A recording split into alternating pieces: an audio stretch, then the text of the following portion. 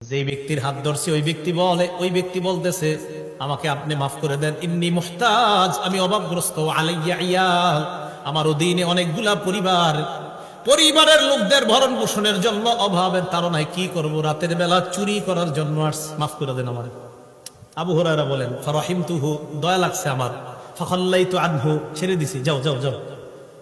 সকালবেলা নবীজির কাছে আবু হুরায়রা আসার আগে আল্লাহ পাক ওহীর মাধ্যমে রাতের ঘটনা নবীকে আল্লাহ জানায়া দিচ্ছে। আবু হুরায়রা নবীর সামনে আসার পর আল্লাহ নবী বললেন মা ফাআলা আসিরুকাল বারিহাতা ইয়া আবু হুরায়রা, আবু হুরায়রা গত রাতে যাকে তুমি আটক করছিলা ওই আটককৃত বন্দির কি খবর? হুজুর আপনি কেমনে জানলেন? সুবহানাল্লাহ, আল্লাহ জানাই দিছে আমারে।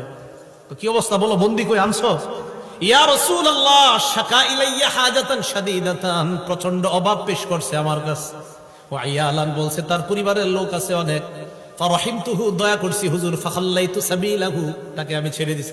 নবীজি বলে আবু হুরায়রা ইন্নাহু ক্বাদ কাযাবা, সে তোমাকে মিথ্যা বলেছে, ওয়া সায়াউদ, সে আবার আজকে চুরি করতে আসবে। নবীজি কয় আবু হুরায়রা কি কোন হুজুর? হ্যাঁ। আবু হুরায়রা কয় ফারাসাতুহু, পরের দিন আমি অপেক্ষা মানে কি? ধরার, আয় আজকে আয়। কেন? খালি কওলি রাসূলিল্লাহি ইন্নাহু সায়াউদ, যেহেতু আমার নবী বলছে আজকে আসবে, আমি নিশ্চিত চোর আজকে আসবে, আমি ধরার জন্য বসে রইছি।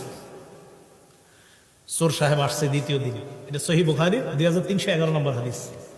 আসার পর আবু হুরায়রা বলেন আবার ওই ব্যক্তি খাবার নিতেছে, নেওয়ার পর আমি তাকে ধরার পর বললাম লা আরফা'আন্নাকা ইলা রাসূলিল্লাহ, আমি তোমাকে আল্লাহ নবীর কাছে নিব। দ্বিতীয় দিনও বলতেছে ভাই আমার অনেক অভাব অনটন, লি হাজাতুন শাদীদা ওয়া আলাইয়া ইয়াল, আমি অভাবগ্রস্ত, ক্ষুধার যন্ত্রণায় আজকেও চুরি করতে আসছি, আমারে মাফ করো।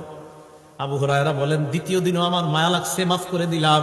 পরের দিন সকাল, ফালাম্মা আসবাহতু, নবীজির কাছে সকালবেলা আসার পর আল্লাহ নবী বললেন মা ফাআলা আসিরুকা ইয়া আবা হুরায়রা, মা ফাআলা আসিরুকাল বারিহা, গত রাতে তোমার বন্দির কি খবর? হুজুরিরাও জানেন কালকে আসছে। হ্যাঁ, কি বলছে? হুজুর গতকালকে যা বলছে আজকেও তা বলছে। আবু হুরায়রাকে নবী বললেন ইন্নাহু ক্বাদ কাযাবা, চোর তোমাকে মিথ্যা বলছে, ইন্নাহু সায়াউদ, সে আজকে আবার আসবে। কয়দিন হলো চুরি? আপনারা বলতে হবে, ওলামারা না, ওলামারা ছাড়া অন্যরা, সাধারণ জনগণ বলেন কয়দিন চুরি হইল? কয়দিন? 2 দিন। ওলামারা তো জানে, আপনারা বলবেন। সাধারণ পাবলিক বললে কি হবে? মিয়া চা স্টলের সামনে বসে এইগুলো আলোচনা করেন, আপনারা খালি গীবত করেন চা স্টলের সামনে বসে। এই হাদিস একজন আরেকজনের শোনান, তাই তো সব হয়ে যায়। আল্লাহ নবী বললেন তৃতীয় দিন আবার আসবে চোর। আবু হুরায়রা বলেন রাসাতুহু সালিসা, আজকে আমি ভালোভাবে বসে আছি, আজকে আর সারাসারি নাই, পুরা রেডি।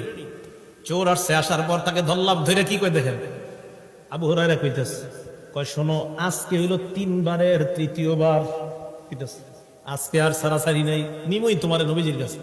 এবার চোর কয় ও আল্লিমকা দানি ও আল্লিমকা কালিমা, আমাকে ছেড়ে দাও, আমি তোমারে এমন কিছু শিখিয়ে দেই যে আমলগুলা যদি তুমি করো, লা ইয়াজাল আলাইকা মিনাল্লাহি হাফিজ, এই আমলটা যদি তুমি করো আল্লাহর পক্ষ থেকে একজন সংরক্ষণকারী ফেরেশতা তোমাকে সংরক্ষণ করবে। চোর আবু হুরায়রারে কয় একজন সংরক্ষণকারী আল্লাহর পক্ষ থেকে তোমাকে সংরক্ষণ করবে। আবু হুরায়রা সর্বনাশ, কি কয়? এই হাদিসের মধ্যে আসছে ওয়াকানু আহরাসা, এই হাদিসে আসছে ওয়াকানু আহরাসা, সাহাবায়ে কেরাম ছিলেন নতুন কোন আমল ইলম জানলে ওই আমল জানার প্রতি সাহাবায়ে কেরামের খুব আগ্রহ ছিলেন। আবু হুরায়রা উনি যে চুরি করছে এটা ভুলে যায়, কয় ভাই শিখাও তাড়াতাড়ি, কোনটা শিখাইবা? সুবহানাল্লাহ। জানেন এই হাদিসটা বলে চিন্তা করি, মানে সাহাবারা কেমন, এই হাদিসে এটা লেখা আছে, এই হাদিসে কানু আহরাসা, সাহাবায়ে কেরাম আমল শিখার ব্যাপারে খুব আগ্রহী ছিলেন। মানে চোর চুরি করছে, বাস খালাস চুরি